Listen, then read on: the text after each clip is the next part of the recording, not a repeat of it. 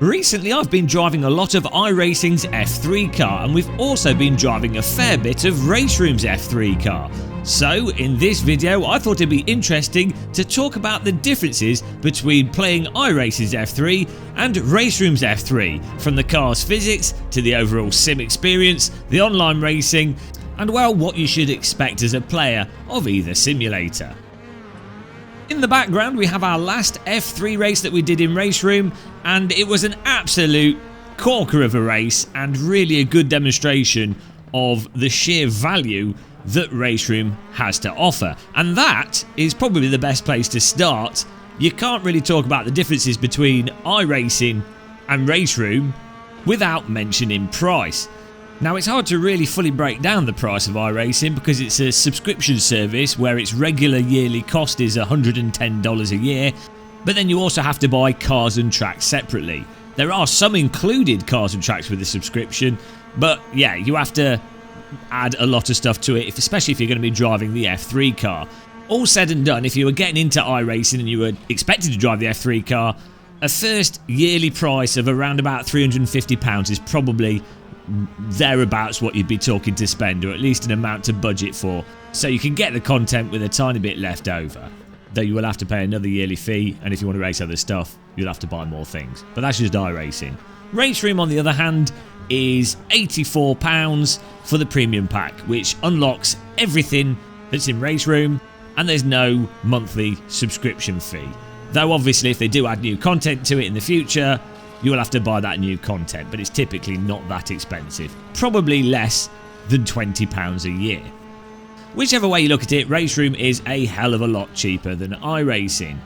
So as a result, you'd expect iRacing to be a hell of a lot better. And well, there are some things that iRacing does much better than RaceRoom, but there's also some things that RaceRoom does a lot better than iRacing. Let's start with the favourable aspect of iRacing, and the one thing that iRacing absolutely destroys RaceRoom on, and that is the sheer number of people playing iRacing. It doesn't matter what time of day it is, you'll be able to find a 20 car plus grid in iRacing. 2 AM in the morning, doesn't matter. 5 PM at night, doesn't matter. There's always going to be a grid of cars. In fact, at the peak times, iRacing, you're going to get 2, 3, maybe even 4 splits of 20 plus car grids to race against. RaceRoom on the other hand is only really active European time, so you're talking GMT 4 PM till 10 PM weekdays, and on the weekends you're talking GMT 11 AM till 10 PM. Outside of those times you're not likely to even get a full single grid, and often have races with less than 15 cars, if any cars at all. Additionally, with the sheer number of people playing iRacing, that means there's a wider spread of skill levels, especially if you're at the higher skill level and you're within a second and a half of track pace. You're much more likely to have other people around you that are a similar pace to yourself, whereas in RaceRoom you're going to have 2 or 3 guys that are at track pace really far ahead, and the vast majority of people that are quite a spread of skill, 1.5, 2, even 3 seconds off the pace, all in the same race. As a result, if you're more getting towards the esporty or an alien or super practice level of sim racing with a specific car track combo, you will find better competition in iRacing. However, if you're an average to semi-decent sim racer, when it comes to peak times in RaceRoom, you're going to end up with very similar degrees of competition between RaceRoom and iRacing. For example, with myself, I'm typically a lower split 1 or medium to top end split 2 driver in iRacing based off my iRating. In RaceRoom, I'm not the fastest. There'll be 2 or 3 guys in the race that will rocket ahead with some pro setup and pro skills, and I will typically be in the sort of 4th to 7th place. So for me, as a relatively experienced but somewhat average sim racer, I actually get a similar degree of competition in both RaceRoom and iRacing, though with RaceRoom it does have to be within those peak times, whereas in iRacing it's any time of the day. And I think that's probably going to be reflective of most people playing the simulators. Not everyone is an alien, that's quite a small minority, but if you are iRacing categorically has better high-end competition. Now when it comes to the actual racing on the track, this is where RaceRoom really shines over iRacing.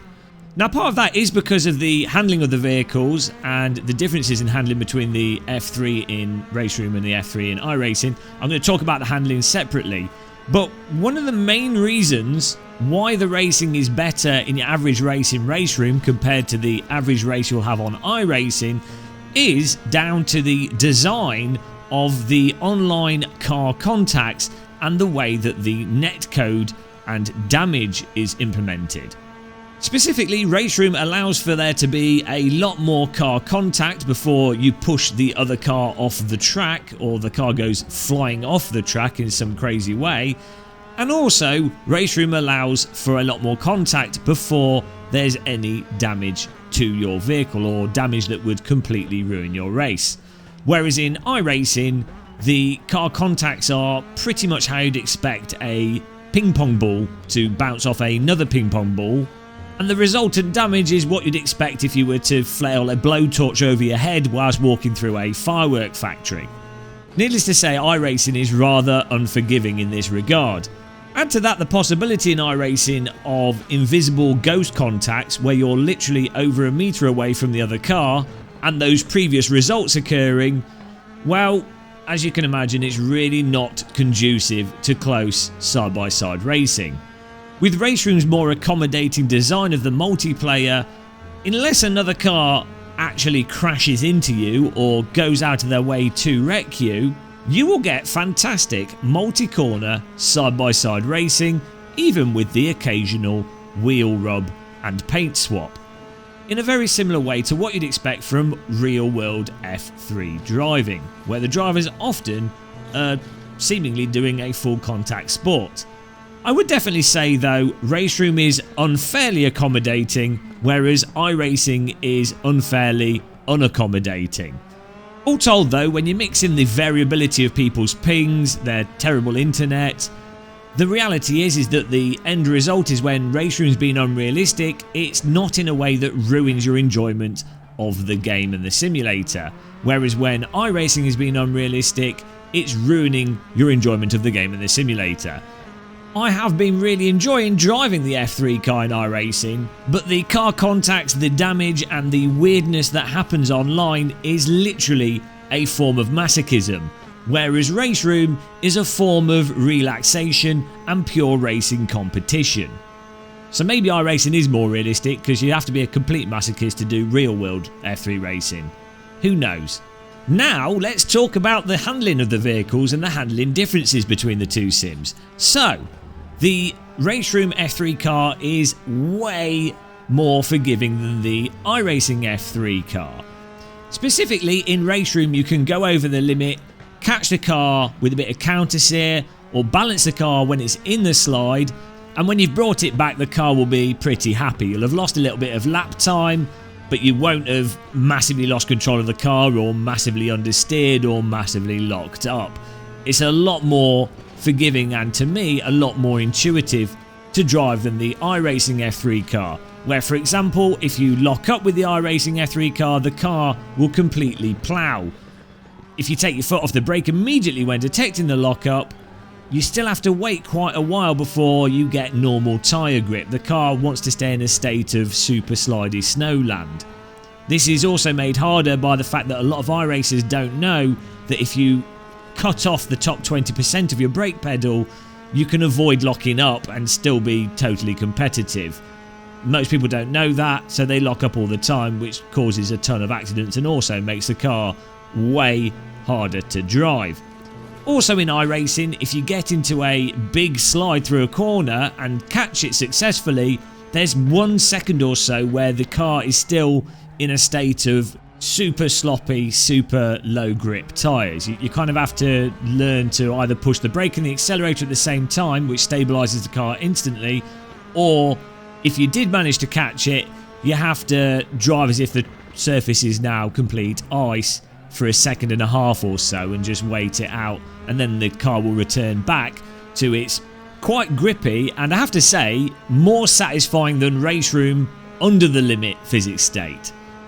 So the really bizarre thing with iRacing's handling of its F3 car is that before you start pushing and actually trying to balance the car at the limit, in many ways, in my opinion, it's way more enjoyable to drive than the RaceRoom F3 car. It's more immediate, it's more responsive to the steering inputs, the car wants to roll more easily, the rear end tends to be more active, be that the fixed setup or the open setup using VRS setups, those pro setups available on the internet. Generally, under the limit, it's a much more, to me, more convincing and more satisfying car to drive, because the more immediate, the more input control you've got as a driver, the more fun that is for me personally. However, the moment the car starts sliding and you're getting into slip angles, or you're wanting to apply counter steer, or you're wanting to balance between using the steering or the accelerator or the brake to balance, like choosing between all three of them and optionally choosing how much between all three of them, the moment that situation occurs, iRacing's physics completely break down. You are also in iRacing massively punished for trying to actively balance the car. Obviously, there's always going to be a limit to how much you can push a car, and there's always going to be a case where overdriving is going to be slower, and generally speaking, smoother is faster. But there is that sweet spot where balancing a car is literally the goal of driving a race car quickly. There's a tiny angle of slip that's the most conducive to speed, and to hit that and to do that consistently, normally you'll be balancing it a little bit on the steering, balancing it a little bit on the gas. But in iRacing, pretty much universally, the method for going as quick as possible is to hold the steering wheel at a defined angle for the specific corner, and then use the gas alone to somewhat alter your radius through the corner. You're not really balancing the car, it's more like a kind of defined toboggan route through a corner, if you will. Whereas in RaceRoom, you are really actively trying to balance the car, using the force feedback to inform how much grip you've got and if you're balancing it correctly and if that's useful or not. Again, I'm going to reiterate, obviously, smooth is fast. You don't want to be putting loads of inputs in. You don't want to be going crazy with the vehicle. It's going to slow you down in real life and pretty much any simulator. Where I think it really highlights it in iRacing is that it has a super narrow window of what's available to you. And this, once you learn to memorize that specific route, is less of a problem. But when you're picking things up and you're first driving the car, or let's say you're racing side by side with another vehicle and you're driving off the driving line, taking different lines through corners, this is where that balancing or lack of ability to balance, hold the car and the car to be stable when really on the limit, that's where iRacing really falls apart. And I think that nature of iRacing's physics with the F3 car unfortunately produces a lot of the accidents that happen, and again greatly reduces the amount of side-by-side racing that you're likely to have with the F3 car in iRacing compared to the F3 car in RaceRoom. Now, those fundamental handling differences aside, you can't ignore the fact that iRacing looks a lot better graphically than RaceRoom, but more important than the raw graphical fidelity is that the engine actually runs better than RaceRoom, especially if you're using a VR headset or if you're using a high resolution triple screen setup such as I am in my case. If you're running RaceRoom on a single screen though, and nothing too insane, you will still get decent frame rates, it will work perfectly fine, but you can't ignore the fact that iRacing just runs better and in my opinion looks nicer. Also, with iRacing you do get much higher quality tracks, specifically the track mesh. Obviously all the tracks in iRacing are laser scan, so if it's a recent laser scan of a track, you will find that it lines up very close to the real world counterpart, or more importantly from a sim racer's perspective, the laser scan tracks will line up to other laser scan tracks. That said, the tracks in RaceRoom do look fantastic and do line up very well with the laser scan tracks, so it's not going to ruin your experience the fact that they're not laser scan tracks in RaceRoom, but fact of the matter is iRacing's tracks are absolutely phenomenally detailed, and that does add a degree of realism to the simulator that's just not in RaceRoom. Lastly, on the specifics of the F3 car, we have the audio. And, well, I think they're both kind of comparable. I like the sound of the F3 car in iRacing. There maybe is a little bit more of a synthetic sound to the iRacing car, but it's easier to hear the RPMs with the iRacing F3 car and replicate that, and it's perfectly immersive. Sounds great. The RaceRoom F3 car, less synthetic but less depth to it in a sense, but again you can tell where you are with the RPMs. It functionally works great and it's quite immersive. I know some people hate it. I don't mind. All told though, as we're coming to the end of the race, what a race that was. I'm sure you were totally focused on it. All told, RaceRoom offers absolutely amazing value for money, and I think if you're in the European times, you would be stupid to ignore it. iRacing, on the other hand, offers despair, suffering and pain like no other simulator at any time of the day. Plus, you can be shouted at in multiple languages due to the in-game voice chat, which is iRacing's biggest, not particularly mentioned feature. So, if you don't have much money and you want to have really nice close side-by-side racing, RaceRoom's a fantastic option. If you have more money and you live outside of Europe, iRacing could be a fantastic option. In both cases, you're playing a racing simulator and you've probably failed at life and you weren't born into a rich enough family to allow you to do your real-world racing dreams. You've only got yourself to blame. If only your dad had 3 jobs. Hopefully, that gives you a very quick and mildly informative rundown of the differences between the F3 car in RaceRoom and iRacing, and the main differences between iRacing and RaceRoom. This way, next time someone asks me, I can send them to this video. I'm hoping that the comments in the comments section will be delightful and not too fanboy-y, but I'm pretty sure they will be terrible. Oh well, either way, the main thing is to put the kettle on and have a cup of tea and enjoy it. Also, follow us on Twitch, follow us on Twitter, and subscribe to the YouTube channel. But until the next video, thanks for watching, happy tea drinking, and goodbye everyone.